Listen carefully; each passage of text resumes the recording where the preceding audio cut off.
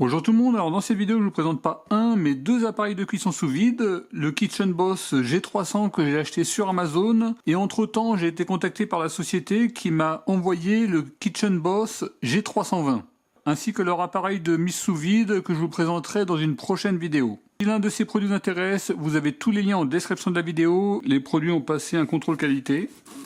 Pour les deux modèles, la puissance est de 1100 watts, la température réglable de 40 jusqu'à 90 degrés Celsius, la précision d'affichage c'est 0,1 degré, la précision de la régulation de la température pour le G320 c'est plus ou moins 0,3 degré, pour le G300 c'est plus ou moins 0,5 degré, la vitesse de rotation de l'eau c'est 20 litres pour le G320 et 8 litres pour le G300. Avec le G320 vous avez en plus un livre de recettes. Celui-ci est uniquement en anglais, des housses de protection, des sacs de mise sous vide, 5 petits et 5 grands, un support de fixation c'est exactement le même, et les appareils de cuisson sous vide qui ont des dimensions pratiquement identiques, le G320 étant un petit peu plus petit. Sur les deux modèles vous avez un indicateur de niveau maximum et minimum, avec la possibilité d'ouvrir, il suffit de tourner et de tirer. Là, vous voyez la partie intérieure du G320.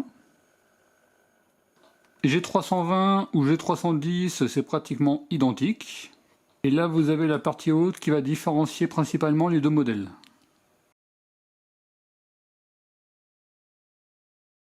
Vous avez la température actuelle, 20,5 degrés en Celsius. Vous pouvez passer en Fahrenheit. Si vous appuyez sur plus, vous modifiez la température souhaitée. C'est par palier de 1 degré. Au maximum, c'est 90 degrés. Et au minimum, c'est 25 degrés. Là, vous avez le temps, 4 heures et 30 minutes. C'est par palier de 1 minute. Au minimum, c'est 5 minutes. Et au maximum, c'est 99 heures et 99 minutes. Je ne vais pas y aller. Et là, pour démarrer. Bon, là, il met un message d'erreur, c'est normal. Au niveau du G320, vous avez un écran en couleur, avec un total de 20 recettes. Pour changer de recette, il suffit simplement de tourner vers la droite ou vers la gauche, avec des recommandations de température et de durée. Vous avez possibilité de modifier en appuyant sur le bouton 7. Là, vous pouvez modifier la température. C'est à 1 degré près. Au maximum, c'est 90 degrés et au minimum, c'est 40 degrés. A noter que sur ce modèle-là, la plage de température est au minimum de 40 degrés, alors que sur l'autre, c'est 25 degrés. Par contre, on peut modifier plus rapidement la plage de température. Il garde en mémoire vos modifications. Là, pour démarrer, vous avez un total de 5 recettes personnalisables. C'est les styles 1 à 5. Pour modifier la température, on appuie. Là, vous modifiez, vous mettez ce que vous souhaitez. Vous rappuyez, c'est la durée. Pareil, si vous tournez lentement, c'est à la minute près. Si vous tournez rapidement, vous allez beaucoup plus rapidement. Si vous appuyez longtemps sur le bouton 7, vous avez un menu paramétrage avec la température Celsius ou Fahrenheit. Là, si je rappuie, c'est concernant les bips sonores. Là, c'est désactivé si vous voulez plus de bip sonore. La langue. Si vous appuyez sur ce bouton-là, vous avez un retardateur. Là, par exemple, c'est 4 heures. Vous pouvez augmenter. Au maximum, c'est 24 heures. Et au minimum, c'est 30 minutes. A noter qu'il existe des versions G321 et G322 qui n'ont pas de bouton rotatif au centre. Ils ont des boutons plus et moins. A noter que le bouton rotatif se retire. Vous voyez, peut-être pour l'entretien. Parce que je vois pas à quoi ça peut vraiment servir qu'il se retire.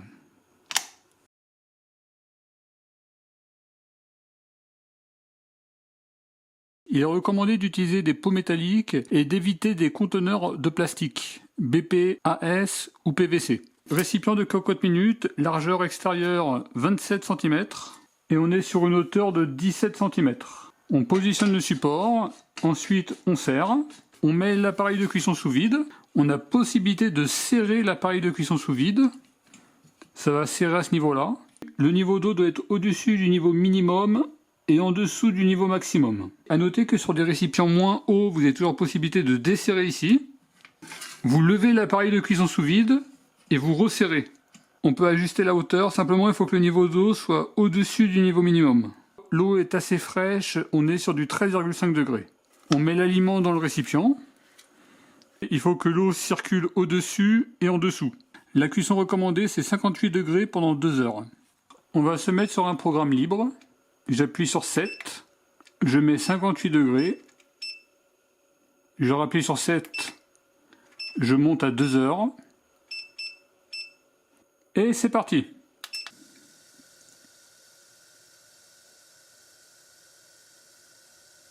Au niveau de l'affichage, la température actuelle, et lorsque la température sélectionnée sera atteinte, le minuteur va démarrer. Pratiquement 58 degrés, ça devrait pas tarder à démarrer. C'est parti. 16 minutes et 40 secondes. Donc en termes de consommation 1100 watts, maintenant l'appareil va s'arrêter, refonctionner et va réguler la température. Ça fait un peu plus de 2 minutes que la cuisson a démarré. On est sur 57,9 degrés. Au niveau de l'affichage, il monte jusqu'à 58,3 degrés, après il s'arrête, et dès qu'il tombe à 57,7 degrés, il redémarre. On est toujours entre 57,7 et 58,3. On est sur 10 minutes de cuisson. On est sur du 58,1 degrés. Ça va faire 1 heure de cuisson. Au niveau de la température, on est sur du 58,1 degrés. Ça va bientôt se terminer, il reste 2 minutes. Et en termes de température, on est sur du 58,1 degrés. J'ai fait plein d'autres petites mesures sans filmer, mais le pire que j'ai pu mesurer, c'est 58,2 degrés. Ça a toujours été généralement 58,1, 58 degrés.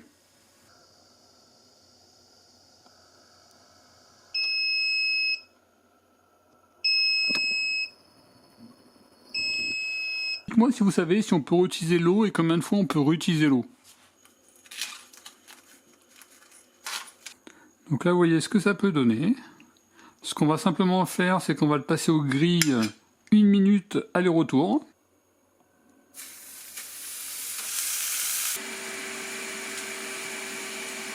Donc là, c'est 45 secondes.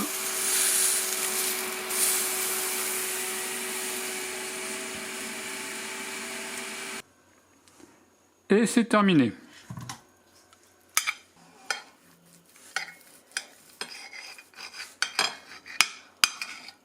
Vous voyez ce que ça peut donner en termes de cuisson. En conclusion, c'est pas mon avis parce que je mange plus de viande rouge, mais a priori c'est délicieux, c'est très tendre, c'est fondant et c'est pas sec. Un résultat excellent.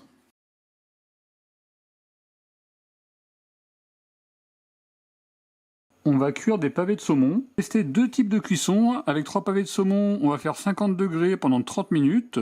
Là, ça sera normalement un résultat cuit mais moelleux. Et l'autre paquet, on va faire 60 degrés pendant 30 minutes. Et là, ça sera bien cuit comme au four. C'est tiré d'un livre de cuisson sous vide. Je vous mets le lien en description de la vidéo. Vous voyez, en termes de bruit, il n'y a pratiquement aucun bruit. On entend vraiment un très très léger bruit. En termes de température, dans le bac à eau, là, vous voyez, on est à 49, 50 degrés. Et là, on est sur les 15 minutes. Et là, vous voyez, 49,9 degrés. Alors, on va faire un contrôle à différents endroits. Là, vous voyez ici 49,9, 50 degrés. Et à ce niveau-là, 49,9. Quel que soit l'endroit, la température est respectée. Vous voyez, donc là, on arrive sur la fin de la cuisson. Il reste 2 minutes. On va faire un petit contrôle de la température.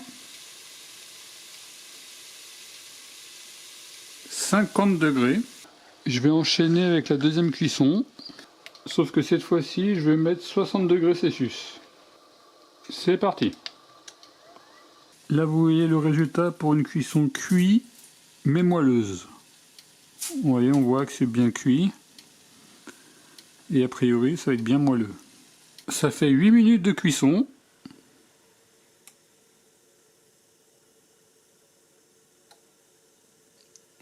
« 60 degrés, 60,1. On est sur 16 minutes de cuisson.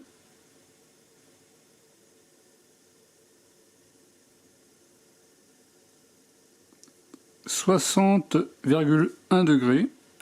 Alors, il reste 1 minute de cuisson. «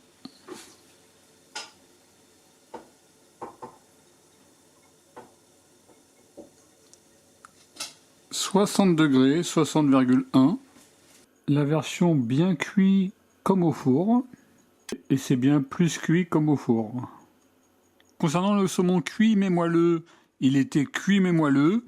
Et c'était vraiment délicieux. Et la version bien cuit comme au four, elle est bien cuite. Alors comme au four, je dirais peut-être pas, parce que là c'est quand même bien meilleur qu'au four. Et je me demande même si je préfère pas cette version bien cuite. Dans tous les cas, c'est délicieux.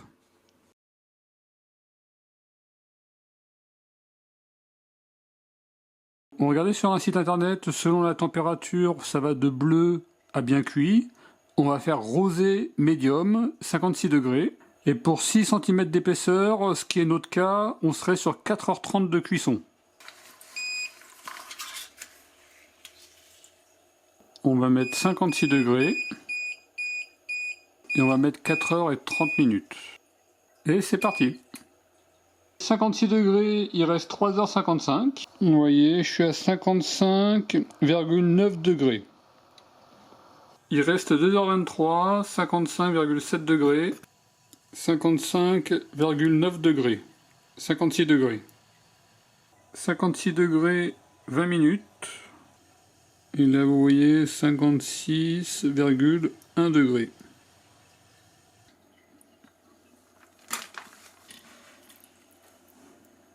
La cuisson semble parfaite.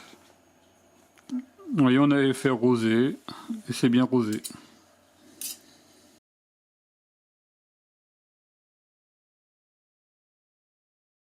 On place les aliments sous vide.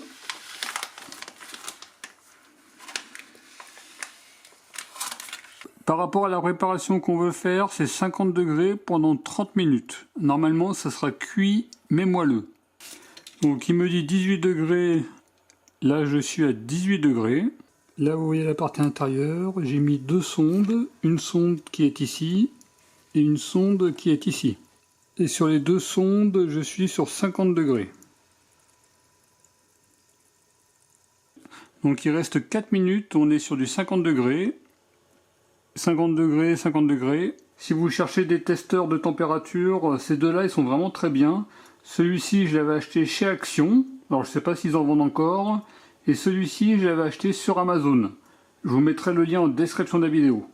Dans les deux cas, ils donnent la température vraiment très rapidement. Le Amazon étant un peu plus rapide. Il reste 2 minutes. En termes de température, toutes les mesures que j'ai pu faire, on était pratiquement sur du 50 degrés. Et au niveau de l'affichage, on oscillait entre 49,6 et 50 degrés. Et un bon maintien et un bon contrôle de la température. Et c'est vraiment une cuisson en douceur, sans bruit. C'est terminé. Temps total de fonctionnement 44 minutes pour un coût à 0,30 kWh. Donc là vous voyez le résultat. Alors c'est vraiment la première fois qu'on testait de la cuisson sous vide. En tout cas ça semble cuit dans la partie intérieure. Vous voyez, c'est cuit. En termes de goût c'est délicieux, ça fait fondant. C'est comme si le saumon fondait dans votre bouche.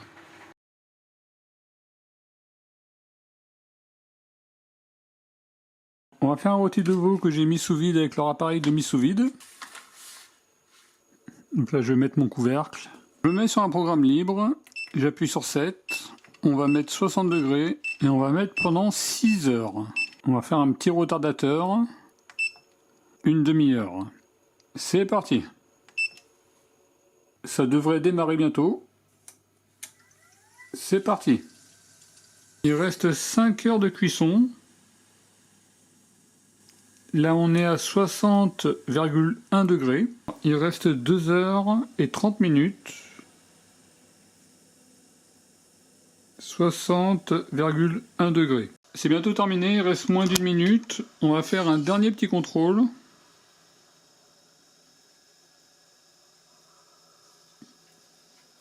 60,1 degrés. Là encore, j'ai fait plusieurs mesures, c'était toujours 60,1 et au pire 60,2 degrés. Et c'est terminé. On est sur 0,67 kWh. Avec le couvercle, sans le couvercle, la consommation serait un peu plus importante. Vous voyez ce que ça peut donner au niveau de la couleur. En tout cas, vous voyez, c'est bien cuit jusqu'au centre. La personne qui a goûté a trouvé cela délicieux. Un résultat bien meilleur par rapport à une cuisson au four, par exemple.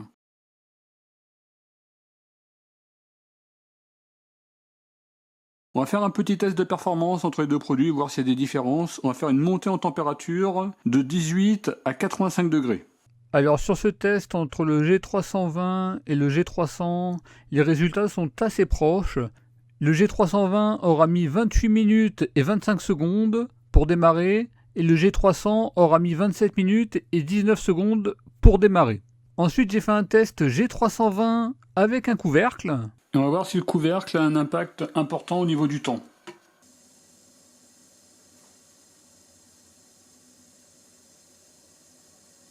Avec un couvercle, le G320 est plus rapide que le G320 sans couvercle, ce qui est logique. Il aura démarré en 24 minutes et 28 secondes contre 28 minutes et 25 secondes sans couvercle. À savoir qu'avec un couvercle, lors du fonctionnement, le G320 consomme 3 fois moins d'énergie. Avec le couvercle, 15 minutes de fonctionnement, on est sur du 0,04 kWh.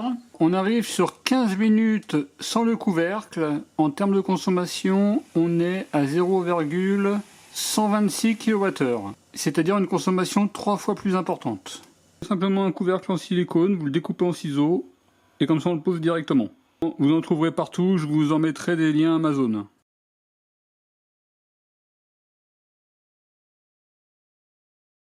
Voilà pour la petite montation des deux appareils de cuisson sous vide. En ce qui concerne la cuisson sous vide en elle-même, alors c'est vrai que le résultat est délicieux. J'ai pas goûté personnellement tout ce qui était viande rouge, mais a priori c'était délicieux, très tendre. Le saumon il était vraiment délicieux. Ça fait vraiment une cuisson délicieuse, par contre c'est une cuisson très lente. En termes de performance, montée en température, c'est pratiquement équivalent. Un très léger avantage au G300. En ce qui concerne la précision, c'est équivalent. Dans les deux cas, on a vraiment une excellente précision. Le G320 par rapport au G300, il aura l'avantage d'avoir un petit écran couleur avec 20 recettes. Malheureusement, les 20 recettes, par rapport au livre de recettes, elles sont en anglais. Mais surtout, je dirais, c'est la modification de la température et de la durée. C'est beaucoup plus rapide avec le G320. Le G320, il aura également l'avantage d'avoir un retardateur, la possibilité de désactiver le son et modifier la langue. Si ces produits intéressent, vous avez tous les liens en description de la vidéo. En tout cas, je vous remercie d'avoir regardé cette vidéo et je vous dis à très bientôt. Au revoir.